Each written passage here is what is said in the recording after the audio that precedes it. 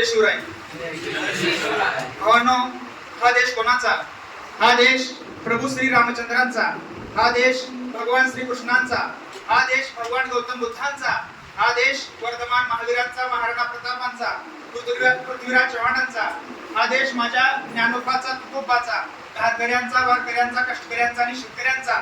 परंतु 712 साली काही परकीय यवनांची नजर या हिंदुस्थानावरती पडली.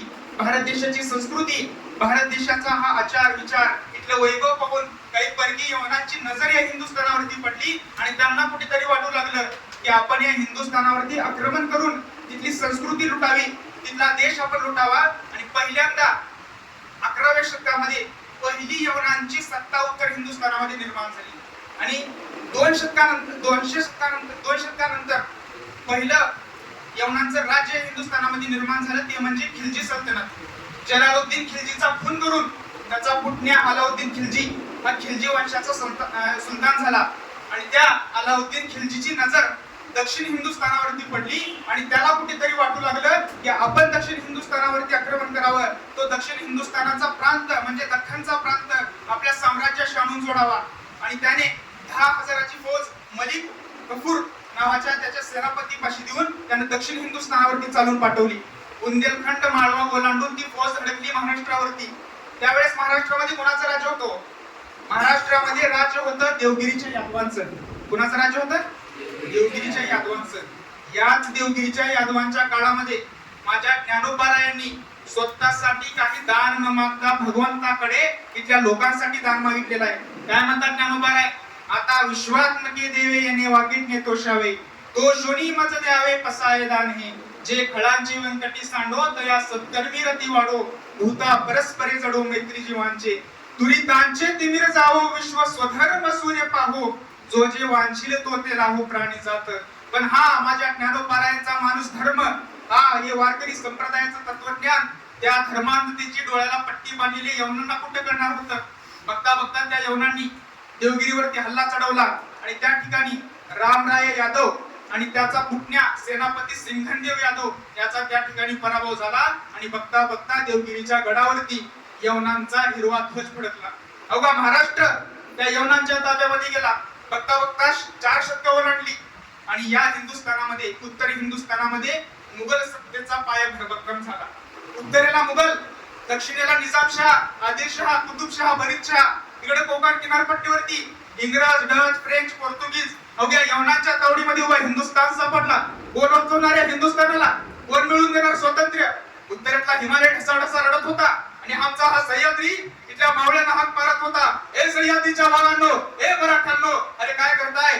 परक्यांच्या यवनांमध्ये, परक्यांच्या दरबारामध्ये मुजरे साडताय? अरे कळत कसं नाही? या गुलामगिरीच्या जंजिरा तोडून टाका रे. मी तुम्हाला साथ द्यायला तयार आहे, मी तुमची साथ द्यायला तयार आहे. ती हा कृती त्या सह्याद्रीची, ती हा कृती इथल्या माता माऊलींच्या अब्रूची, ती हा कृती इथल्या 3 तुंबड्या रेतेची, ती हा कृती गोट्यातल्या गौमातेची, मंदिरावरच्या कळसांची, दारातल्या तुळशीची. पण ती हा कोण ऐकणार? ज्यांनी आजपर्यंत ती हा ऐकली ना, त्यांची मुंडकी आजपर्यंत थोडा वेगळं झालेली आहे. कोण ऐकणार त्या सह्याद्रीची हाक? पण ती हाक फक्त 2 व्यक्तींना ऐकू गेली. एक वेरूळच्या भोसले पाटील घराण्यामध्ये जन्माला आलेले शहाजीराजे भोसले, आणि दुसरी हाक ऐकू गेली त्याच देवगिरीच्या यादवांचे थेट वंशज म्हणजे लखुजीराजे जाधव यांच्या सुकन्या राजमाता राष्ट्रमाता जिजाऊ मासाहेब. आणि यांच्या पोटी दिवस 19 फेब्रुवारी 1630 या दिवशी एका रत्नाचा जन्म झाला. या सह्याद्रीच्या दऱ्याखोऱ्यातून एक सिंह गरजला. त्याचं नाव ठेवण्यात आलं शिवाजी.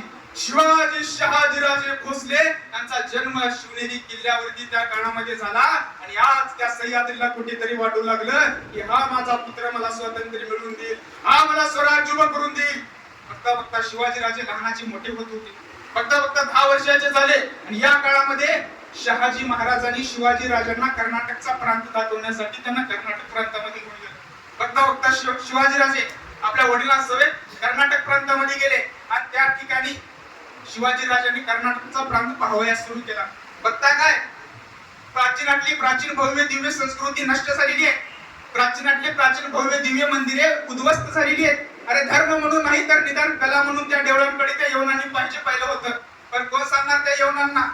शहाजी राजांना शिवाजी राजांनी प्रश्न केला, आबासाहेब काय होईल आम्हाला तर आमच्या मासाहेब रामायण महाभारताच्या गोष्टी सांगत होत्या, पण आम्ही हे काय पाहतोय की की आमच्या संस्कृतीची अवस्था झाली असेल. तेव्हा शहाजीराजे उत्तर देतात, शुभा आपण या यवनांच्या ताब्यामध्ये आहोत शुभा, आपण या गुलामगिरीच्या जंजिऱ्यामध्ये आहोत शुभा, पण तुम्हाला स्वातंत्र्य मिळवून द्यायचंय, तुम्हाला स्वराज्य उभं करायचं शुभा, या लिक्या बळींचं रक्षण तुम्हाला करायचंय, गौमातेचं रक्षण तुम्हाला करायचंय शुभा. आणि त्यावेळेस शहाजी राजांनी आपल्या मुलाच्या म्हणजे शिवाजी राजांच्या मनामध्ये एक स्वराज्याची संकल्पना त्या ठिकाणी पेरली. एका बापाने आपल्या पुत्राला स्वराज्याचं स्वप्न दिलं. त्यावेळेस शहाजी राजांनी शिवाजी राजांना सांगितले, शुभा मराठी मुलकामध्ये जा, आपल्या महाराष्ट्रामध्ये जा, म्हणजे सह्याद्रीमध्ये जा आणि तिथे स्वराज्याची ठिणगी पाडा शुभा. सह्याद्रीतच का हो, शहाजीराजे साधे सुधी माणूस होते बरं का. धर्मशास्त्र, नीतिशास्त्र, समाजशास्त्र, अर्थशास्त्र, इतिहास, भूगोल प्रचंड विद्वान. आणि शहाजी राजांनी शिवाजी राजांना सांगितले, शुभा त्या सह्याद्रीच्या मुलकामध्ये जा आणि त्या सह्याद्रीच्या मुलकामध्ये स्वराज्याची ठिणगी पाडा. इथंच का हो, सह्याद्रीतच शहाजी राजांनी जा का म्हटलं. बाबासाहेब पुरंदरेंचे 4 शब्द आहेत बघा. बाबासाहेब पुरंदरे सह्याद्रीचं वर्णन करत असताना लिहितात की तालमीतल्या मातीमध्ये अंग घुसमळून बाहेर आलेल्या एका अडदांड काटक रामुशी पैलवानासारखा आमचा सह्याद्री आहे. परकीयांसाठी मृत्यूचा जबडा म्हणजे हा सह्याद्री आहे.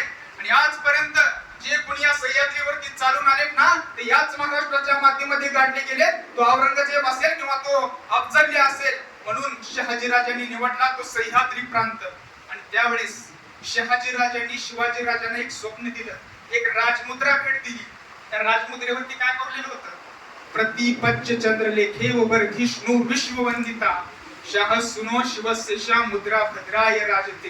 याचा अर्थ काय, प्रतिपदेच्या चंद्रकलेप्रमाणे शहाजी पुत्र शिवाजी राजांचं राज्य एक दिवस वाढत वाढत वाढत जाईल आणि एक दिवस उभ्या जगाला वंदनीय ठरेल.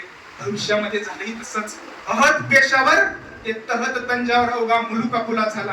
पण ही सुरुवात कशी झाली हो, शहाजी राजांच्या आदेशावरून मासाहेब जिजाऊ आपल्या बाळ शिवांना घेऊन पुणे परगण्याची जहागिरी सांभाळण्यासाठी पुण्यामध्ये आल्या. आणि जेव्हा मासाहेब आपल्या मंत्रिमंडळासोबत पुण्यामध्ये येतात ना, तेव्हा आदिलशाहीच्या एका सरदाराने, त्याचं नाव होतं रायाराव, या रायारावाने पुण्याच्या धर्तीवरती गाढवाचा नांगर फिरवला. पुण्याच्या लोकांना त्याने पिटाळून लावलं आणि त्या पुण्याच्या धर्तीमध्ये गुलामगिरीची पहार त्या रायारावाने उडवली. आणि जेव्हा मासाहेबांनी हे दृश्य पाहिलं, तेव्हा मासाहेबांच्या तळपायाची आग मस्तकाला चढली आणि मासाहेब त्या ठिकाणी आज्ञा करतात, लोकांना परत एकदा विश्वासात घ्या, परत एकदा पुन्हा बसवा.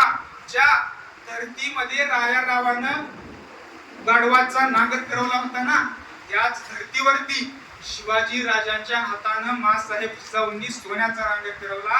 आणि ज्या धर्तीमध्ये रायारावानं गुलामगिरीची पहार रोवली होती, ती गुलामगिरीची पहार फोडून काढण्याचं काम जर कोणी केलं असेल ना, तर ते राजमाता राष्ट्रमाता जिजाऊ मासाहेबांनी त्या काळामध्ये केलेलं आहे. आणि बघता बघता शिवाजीराजे मासाहेबांच्या छत्रछायेखाली हळूहळू मोठे होत होते. बघता बघता 15 वर्षाचे झाले, बघता बघता 16 वर्षाचे झाले आणि 18 पगड जातीतली भिल्ल कोळी रामुशी महार मान जांभा कुंभार ढोर मदारी साळी माळी तेली कुणबी 18 पगड जातीतली मावळे शिवाजी राजांना येऊन भेटू लागली. शिकारीच्या निमित्तानं स्वराज्याच्या सैन्यामध्ये ते सामील होऊ लागले. कशी होती होती मावळे, कशी मिळाली शिवाजी राजांना. राजा आधी तुम्ही विशाळगड गाठा, जोपर्यंत तोफांचे 3 आवाज आमच्या कानावरती पडत नाहीत ना, तोपर्यंत हा बाजी प्रभू देशपांडा या 300 बांधलांना घेऊन ही खिंड लढून धरण्याचं काम करेल. एकही यवनांना पुढे सरकू देणार नाही. राजा तुम्ही खुशाल विशाळगड गाठा. कशी होती ती माणसं, कशी मिळाली हो. लहानपणी शिवाजीराजे जंगलामध्ये तलवारबाजीचा सराव करण्यासाठी जायचे. काय करण्यासाठी जायचे, तलवारबाजीचा सराव करण्यासाठी जायचे. आणि एक दिवस 15 वर्षाचे शिवाजीराजे आपल्या काही सवंगड्यांसोबत जंगलामध्ये तलवारबाजीचा सराव करण्यासाठी गेले. आणि त्यावेळेस त्या 2 मावळ्यांना महाराजांनी बाजूला काढलं आणि त्यांना सांगितलं, गड्यांनो, जंगलाच्या बाहेर जी उंच झाड आहेत ना, त्या झाडांवरती तुम्ही जाऊन बसा. आणि कुणीतरी अनोळखी व्यक्ती जंगलामध्ये येत असतानाचा दिसला तर कुठल्या तरी पशु पक्ष्याचा आवाज काढून आम्हाला जंगलामध्ये सावध करण्याचं काम करा. ही 2 सवंगडी जंगलाच्या बाहेर असलेल्या त्या उंच झाडांवरती जाऊन बसली. आणि तेवढ्यात महाराजांनी इतर मावळ्यांसोबत जंगलामध्ये तलवारबाजीचा सराव सुरू केला.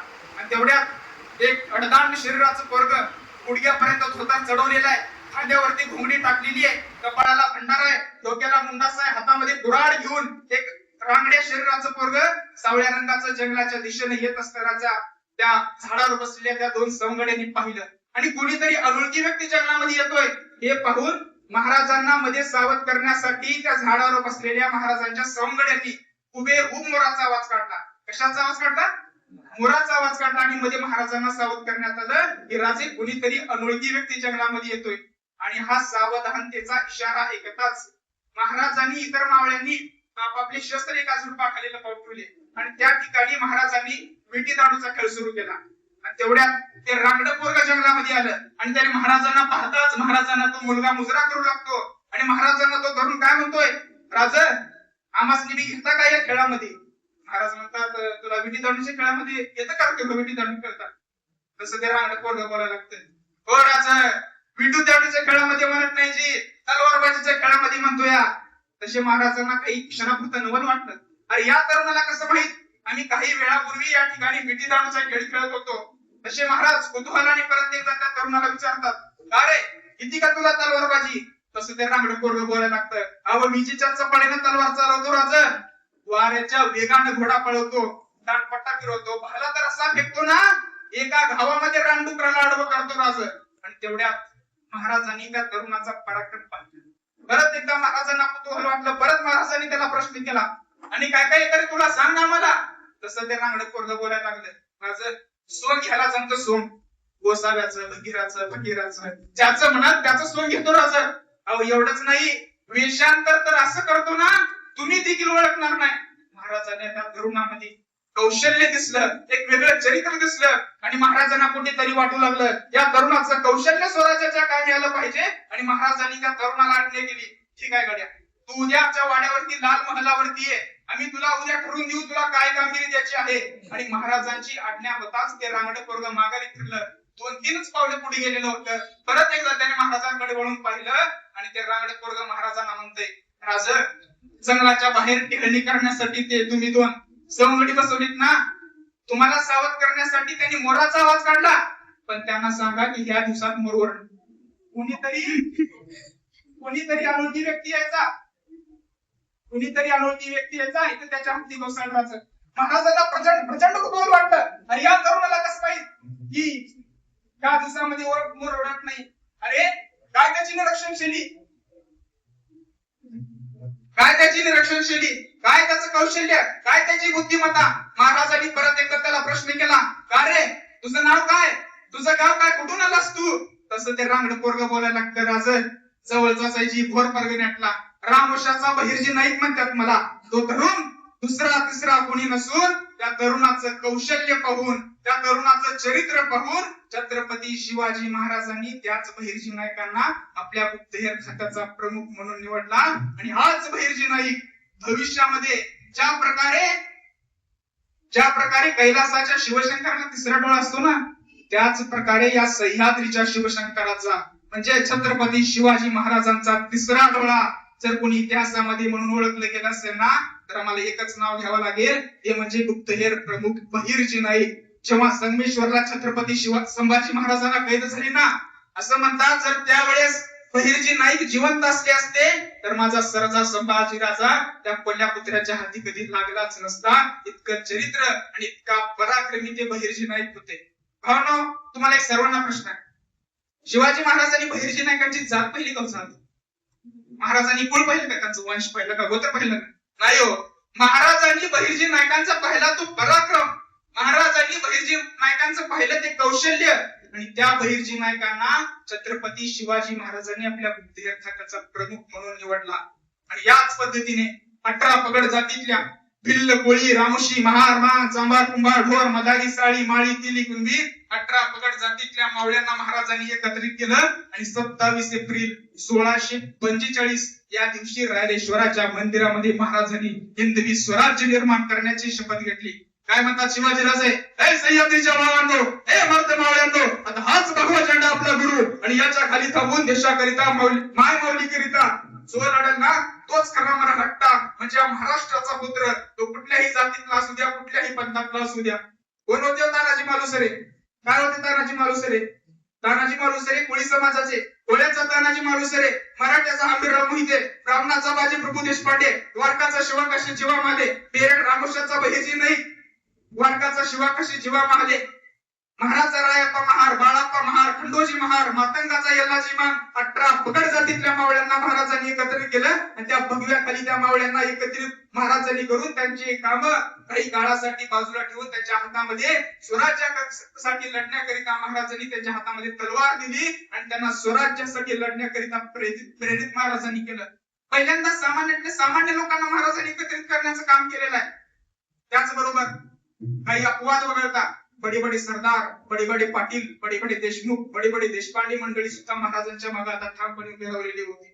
त्यातलंच एक उदाहरण, जेव्हा अफजल खानाचं संकट स्वराज्यावर केलं ना, तेव्हा अफजल खानाने 12 मावळातल्या 12 देशमुखांना पत्र पाठवली, वेळवंड खोऱ्याच्या धुमाळ देशमुखांना पत्र पाठवली, पांदल देशमुखांना पत्र पाठवली, शिळकर चोडगे देशमुखांना पत्र पाठवली आणि त्यातलंच एक पत्र अफजल खानाने रोहिड खोऱ्याचे सर देशमुख म्हणजे कान्होजी राजे जिजांना पाठवलं सर.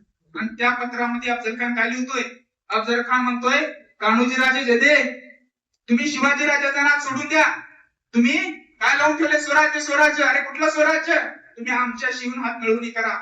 जर तुम्ही असं नाही केलात ना तर आम्ही तुमचं देशमुखी वतन आमच्या ताब्यामध्ये घेऊ, आम्ही तुमचे वाडे हुडे जप्त करून टाकू, तुमचे वाडे हुडे जमीनदस्त करून टाकू, रडायला देखील कोण राहणार नाही अशी अवस्था आम्ही तुमच्या घरादाराची करून टाकू. आणि हे अफजल खानाचं पत्र ऐकताच कान्होजी जेद्यांच्या तळपायाच्या मस्तकाला चढली आणि आपल्या मिशीवरती ताव देत कान्होजी राजे थेट आपल्या घोड्यावरती बसले. आपल्या जनानखान्यासवेत, आपल्या 5 पुत्रांसवेत कान्होजी राजे थेट गेले ते राजधानी राजगडावरती. कशासाठी? आपल्या राजाच्या भेटीकरिता. आणि कान्होजी राजांनी छत्रपती शिवाजी महाराजांची त्या ठिकाणी भेट घेतली. आणि कान्होजी राजांना पाहताच छत्रपती शिवाजी महाराज कान्होजी राजांना म्हणतात, कान्होजी काका आलात का? कान्होजी काका, उत्तरवळीच्या खोपडे देशमुखांनी गद्दारी केली, ते जाऊन खानाला मिळाले, त्यांनी त्यांचं वतन वाचवलं, त्यांनी त्यांची देशमुखी वाचवली, त्यांनी त्यांचे वाडे उडे घरदार वाचवलं, त्यांनी त्यांचा जीव वाचवला. कान्होजी काका तुम्ही पण जा ना खानाकडे, तुम्ही पण जाऊन हात मिळवणी करा खानाशी, तुम्ही तुमचा जीव वाचवा कान्होजी काका. अहो जगदाळे देशमुखांनी गद्दारी केली, ते पण जाऊन खानाला मिळाले, तुम्ही पण जा ना खानाकडे, तुम्ही पण तुमचं वतन वाचवा, तुम्ही पण तुमचा जीव वाचवा. आणि महाराजांचे हे शब्द ऐकताच कान्होजी जेध्यांच्या डोळ्यामध्ये घळकन अश्रूंची धारा वाहू लागते. आणि कान्होजी राजे जेधे महाराजांना म्हणतात, राजन अहो थोरल्या महाराज साहेबांनी आम्ही शब्द दिलेला होता, म्हणजेच शहाजी राजांना आम्ही शब्द दिला होता की जोपर्यंत आमच्या देहामध्ये प्राण शिल्लक आहे ना तोपर्यंत आम्हाला जे घराण्याचं इमान फरमान फक्त आणि फक्त स्वराज्याच्या चरणावरती आहे. महासाहेब जिजाऊ आणि शिवाजी राजांच्या आमचं इमान चरणावरती आहे. राज कुणाची भीती घालतोय तो अफजल आम्हाला जीवे मारण्याची? हे घ्या माझी 5 पोरं सोडलीत तुमच्या आणि आऊसाहेबांच्या मोहर, आणि वतन देशमुखी वतन जप्त करण्याची भीती घालतोय तो अफजल आम्हाला. हे घ्या राज, सोडून दिला आम्ही आमच्या देशमुखी वतनावरती पाणी, माझं वतन गेलं तरी चालेल, माझी देशमुखी गेली तरी चालेल, पण मला स्वराज्य हवंय. याला म्हणतात समर्पण, याला म्हणतात त्याग, याला म्हणतात निष्ठा. भावांनो, जर कान्होजी राजांचं आम्हाला समर्पण करण्या अगोदर कान्होजी राजांनी नेमकं समर्पण देशमुखी वतनाचं समर्पण केलं म्हणजे नेमकं काय केलं, तर त्यासाठी आम्हाला त्या काळामधली वतन व्यवस्था समजावी लागेल. वतन व्यवस्था म्हणजे काय, देशमुखी वतन म्हणजे नेमकं काय? सर्वांना एक प्रश्न बरं का, मला सांगा शिवकाळामध्ये किंवा 1962च्या अगोदर गावाच्या प्रमुखाला काय म्हटलं जायचं? गावाच्या प्रमुखाला काय म्हटलं जायचं? गावाच्या प्रमुखाला म्हटलं जायचं पाटील. काय म्हटलं जायचं? पाटील. आणि या पाटलाला मदत करण्यासाठी असायचा कुलकर्णी किंवा काही गावांमध्ये पटवारी. आणि जो गावाचा कारभार आहे तो पाटील आणि कुलकर्णी या 2 वतनदारांच्या नेतृत्वाखाली चालायचा. ही झाली गावाची व्यवस्था. आणि हे जे पाटील वतन आहे ना ते वंश परंपरागत एकाच घराण्यामध्ये चालत जायचं. समजा एखादा व्यक्ती पाटील आहे, त्याचा मुलगा पाटील व्हायचा, परत त्याचा मुलगा पाटील व्हायचा. ही वंश परंपरा त्या वतन व्यवस्थेमध्ये होती. आणि अशा अनेक गावांना एकत्रित केल्यानंतर तयार व्हायचा परगणा. काय तयार व्हायचा? परगणा, थोडक्यात तालुका. आणि या परगण्याच्या प्रमुखाला म्हटलं जायचं देशमुख. काय म्हटलं जायचं? देशमुख. ज्या प्रकारे गाव पातळीवरती पाटलाला मदत करण्यासाठी असायचा कुलकर्णी, त्याच प्रकारे देशमुखांना मदत करण्यासाठी असायचा देशपांडे. कोण असायचा? देशपांडे. आणि अशा अनेक देशमुखांना एकत्रित केल्यानंतर त्यांच्या नेतृत्वाला म्हटलं जायचं सर देशमुख. काय म्हटलं जायचं? सर देशमुख. आणि जी रुहीडखोऱ्याची सर देशमुखी आहे ना, ते पिढ्यानपिढ्यापासून चालत आलेली ती कान्होजीराजे जेने यांच्या घराण्याकडे होती. आणि ती पिढ्यानपिढ्यापासून चालत आलेल्या देशमुखी वटणावरती, पिढ्या पुढे चालणाऱ्या देशमुखी वटणावरती स्वराज्याकरिता, आपल्या राजाकरिता, देव देश आणि धर्माकरिता कान्होजी राजांनी आपल्या देशमुखी वटणावरती पाणी सोडून दिलं. माझी देशमुखी गेली तरी चालेल, पण मला स्वराज्य हवंय. याला म्हणतात समर्पण, याला म्हणतात त्याग, याला म्हणतात निष्ठा. आणि अशा अनेक मावळ्यांच्या निष्ठेतून, अनेक मावळ्यांच्या त्यागातून आणि बलिदानातून ते स्वराज्य उभं राहिलं. भावांनो, अनेक संकट आली महाराजांवरती. थोडी संकट होती का महाराजांवरती? साधा होता का जल्ल्या? 30,000चं सैन्य घेऊन तो स्वराज्यावरती धडकला. पहिल्यांदा त्याचा रोग कुठं आहे? तुळजापुरावरती. तुळजापुरावरतीच का हो? कारण तुळजापुरामध्ये भवानी मातेचं मंदिर आहे. आणि या भवानी मातेच्या मंदिरामध्ये ती भवानी माता या महाराष्ट्राचं कुलदैवत आहे. जर आम्ही भवानी मातेच्या मंदिरावरती हल्ला चढवला तर शिवाजी राजा आपसूक सह्याद्रीच्या बाहेर पडेल, मैदानामध्ये येईल. आणि जर तो मैदानामध्ये येईल ना, तर त्याचा पराभव करण्यासाठी आम्हाला जास्त कष्ट घ्यावं लागणार नाही. आणि तेव्हा अफजल खानाने भवानी मातेच्या मंदिरावरती हल्ला चढवला आणि ती भवानी माता अफजल खानाने फोडून काढली. काय केली? खानाने फोडून काढली भवानी मातेची मूर्ती. आणि त्याच भवानी मातेच्या मंदिरामध्ये अफजल खानाने गाय कापली आणि त्या गायीचं रक्त अफजल खानाने मंदिरामध्ये शिंपडलं. सगळ्यात मोठी दुर्दैवाची गोष्ट काय माहित आहे? त्या भवानी मातेच्या मंदिरामध्ये अफजल खानाच्या सैन्यामध्ये अनेक हिंदू सरदार होते, अनेक मराठी सरदार होते. छत्रपती शिवाजी महाराजांचे सख्खे चुलत काका, त्यांचं नाव होतं मंबाजीराजे भोसले. त्याच भोसले वंशातले बाजी घोरपडे त्या अफजल खानाच्या सैन्यामध्ये होता. उत्तरवळीचा खोबडे देशमुख होता, जगदाळे देशमुख होता. एवढंच नाही तर अफजल खानाचा वकील कृष्णाजी पंत कुलकर्णी अफजल खानाच्या सोबत होता. आणि ती भवानी मातेची मूर्ती फोडत असताना कुठल्याच हिंदू सरदाराची तलवार आपल्या मायानातून बाहेर पडली नाही आणि अफजल खानाचं मुंडकं धडा वेगळं झालं नाही. त्याचं कारण काय हो? त्याचं एकमेव कारण आहे भावांनो, ती म्हणजे मानसिक गुलामगिरी. जर आम्ही अफजल खानाच्या विरोधामध्ये गेलो, जर आम्ही अफजल खानाच्या विरोधामध्ये बंड केलं तर अफजल खान आमची पाटीलकी जप्त करेल, आमची देशमुखी जप्त करेल, आमचं वतन जप्त करेल, ही भीती त्या सरदारांच्या मनामध्ये होती. जर आम्ही अफजल खानाच्या विरोधामध्ये गेलो तर आमचं घर दार रस्त्यावरती येईल, ही मानसिक गुलामगिरी त्या हिंदू सरदारांच्या मनामध्ये होती. ही सगळ्यात दुर्दैवाची गोष्ट त्या काळामधली आहे. एवढंच नाही हो, अफजल खानाने आपल्या नावाच्या मागे 2 पदव्या लावलेली आहेत. एक बुध शिकन आणि दुसरी कुफर शिकन. बुध शिकनचा अर्थ काय माहित आहे? मूर्त्या फोडणारा मूर्ती भंजक शासक. आणि कुफर शिकनचा अर्थ काय माहित आहे? काफरांची कत्तल करणारा. काफर म्हणजे कोण हे सांगण्याची गरज नाही. एवढंच नाही तर अफजल खानाने वाईमध्ये शिलालेख करून ठेवलेला आहे.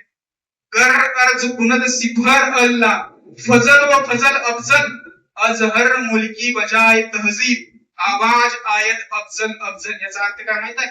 उच्चातल्या उच्च स्वर्गातल्या देवतेला जर कोणी विचारलं या पृथ्वी तलावरचा सर्वश्रेष्ठ व्यक्ती कोण आहे, तर एकच नाव येईल म्हणे, अफजल अफजल अफजल. 2 मिनिटात ठोकलं महाराजांनी, त्याला कोताळच बाहेर काढलं. आजपर्यंत या महाराष्ट्राच्या मातीमध्ये त्या भगव्याबद्दल पोटामध्ये कपट ठेवून जे कोणी वागत आलेत ना, त्याच्या आतड्याला वाघ नख लावून त्याचा कोताळा बाहेर काढण्याचा इतिहास या महाराष्ट्राचा आहे, या मातीचा आवाज वाटायला.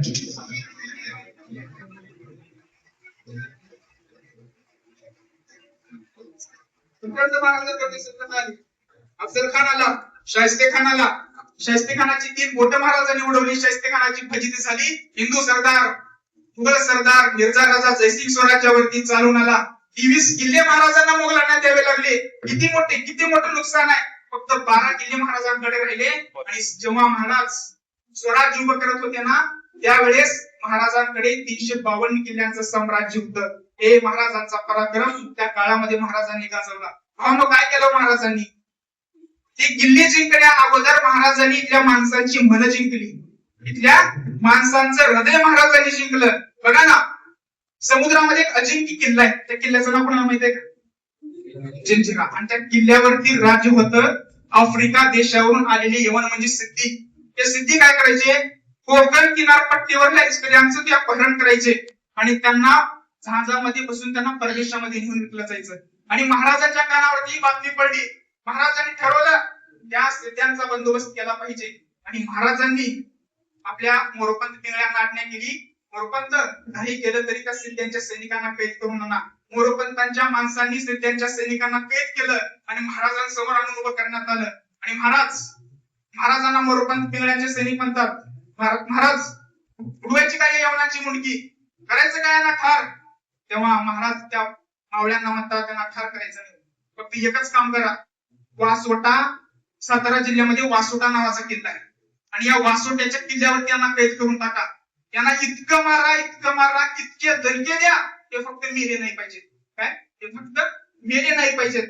आणि महाराजांच्या आज्ञेनुसार मावळ्यांनी त्या सिद्ध्यांच्या सैनिकांना वासोट्याच्या किल्ल्यावरती नेऊन कैद केलं आणि मावळ्यांनी त्यांना इतकं मारलं, इतके दणके दिले, इतकं बडवलं, फक्त त्यांना मरू दिलं नाही. आणि महाराजांची परत आज्ञा आली, सोडून द्या त्या सिद्ध्यांच्या सैनिकांना. मावळ्यांनी त्या सिद्ध्यांच्या सैनिकांना सोडून दिलं. ते सिद्धी आपापल्या झांजामध्ये बसले, समुद्रामार्फत ते आपापल्या दिशेला निघून गेले. आणि जेव्हा ते त्यांच्या घरी गेले होते ना, मावळ्यांनी त्यांना इतकं सुजवलं होतं ना, त्यांची बायको सुद्धा त्यांना ओळखत नव्हती. इतकं हाल त्या मावळ्यांच्या काळामध्ये केलं होतं. 350 वर्षापूर्वी महाराजांनी उभ्या जगाला दाखवून दिलेला आहे की जगाच्या पाठीवरती नाद कोणाचाही करा, पण मराठ्यांचा नाद करायचा नाही. आजपर्यंत जे कोणी मराठ्यांचा वाट्याला आलेत ना, मराठ्यांनी त्याच्या वाटेवरती जाऊन त्याची वाट लावल्याशिवाय आपल्या वाटेवर फरकत नाही. हा इतिहास त्या काळामध्ये मराठ्यांचा होता. परंतु ते सिद्धी काय शांत बसत नव्हते आणि महाराजांनी ओळखलं, जोपर्यंत जंजिरा किल्ला ताब्यामध्ये येणार नाही ना, तोपर्यंत ते सिद्धी शांत बसणार नाही. आणि महाराजांनी एका सरदाराची नेमणूक केली. त्याच जंजिरा परगण्यामध्ये कोळवाडी नावाचं गाव आहे.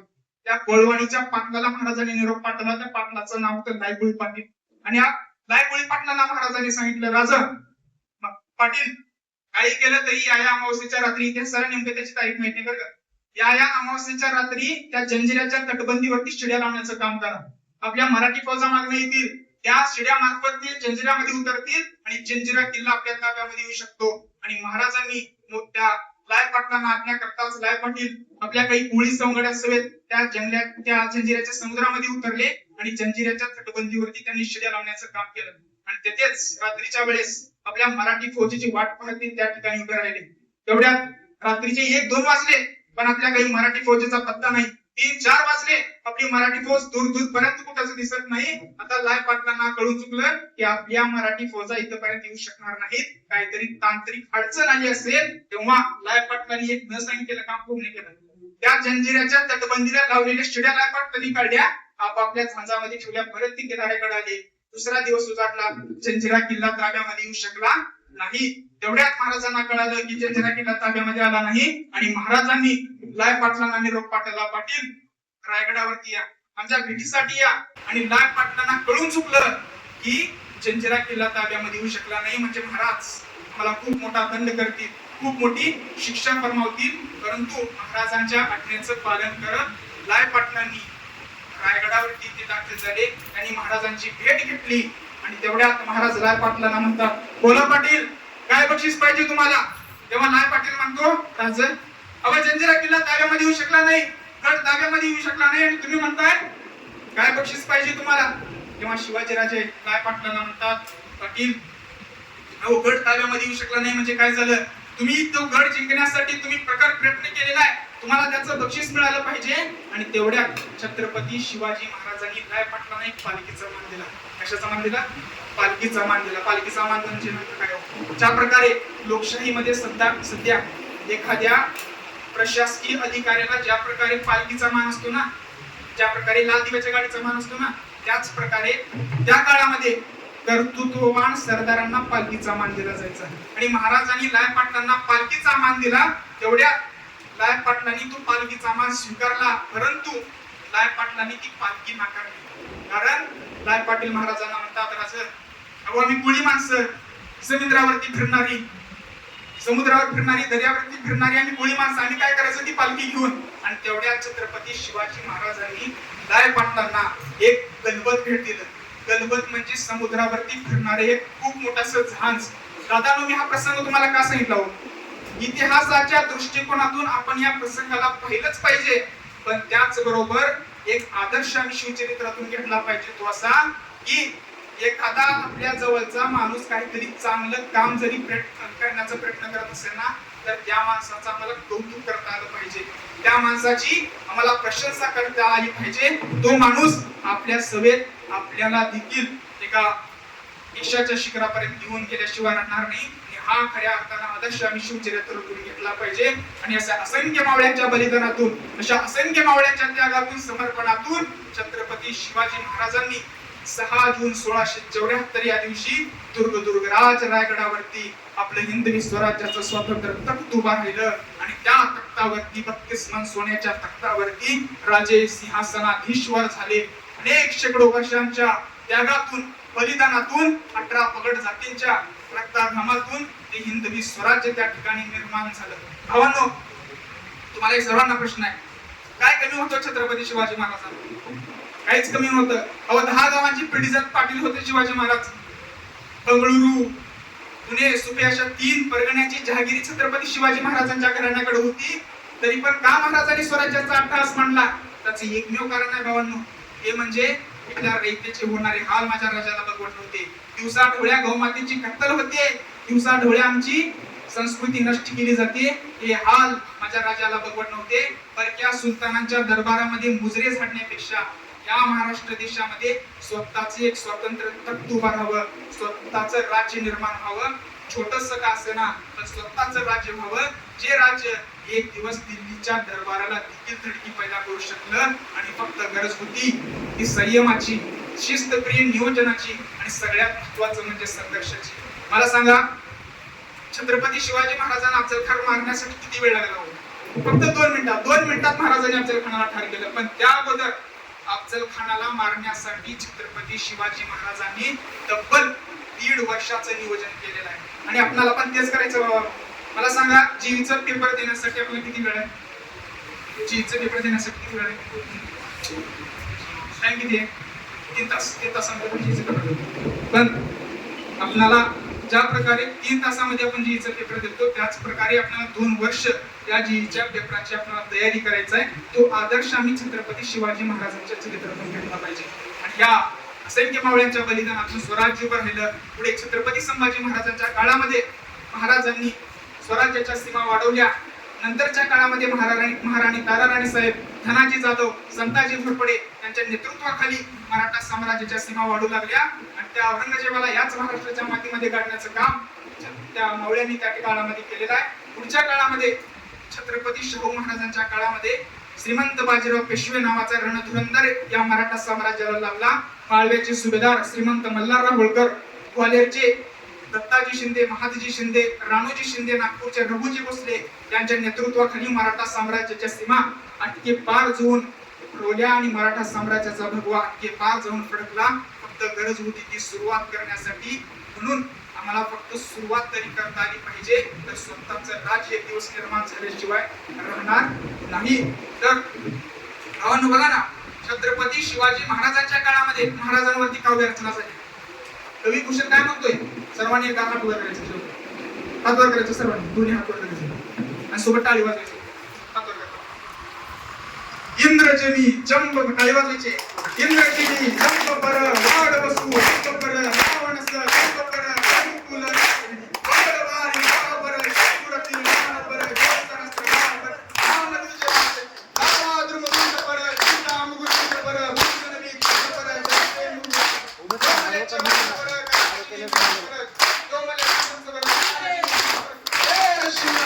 छत्रपती शिवाजी महाराज की जय. छत्रपती संभाजी महाराज की भारत माता की हिंदू धर्म की जय. पार्वती पते शिव हर हर. धन्यवाद. तर मागच्या या जो अर्धा तासाचा वेळ होता कधी निघून गेला आपल्याला कळालंच नाही. आणि आमचा पांडुरंग आज आपल्या महाराष्ट्राचे, अखंड हिंदुस्थानाचे दैवत छत्रपती शिवाजी महाराजांबद्दल एवढ्या छान प्रकारे इतिहास त्यांनी आपल्या समोर मांडला. आणि आजच्या मोबाईलच्या, फेसबुकच्या, व्हॉट्सअपच्या दुनियेमध्ये जे आपला विद्यार्थी गुरफटून असतो, त्याच्यामध्ये अडकून न राहता छत्रपती शिवाजी महाराजांचा इतिहास त्याच्यामध्ये खोलवर जाऊन त्याचा अभ्यास करणारा आजची तरुण पिढी कुठेतरी घडण्याची गरज आहे आणि ते त्या तरुण पिढीला एक सगळ्यात मोठा आदर्श म्हणजे मला वाटते आपला पांडुरंग धुमाळ आहे. याच्यासाठी एक जोरदार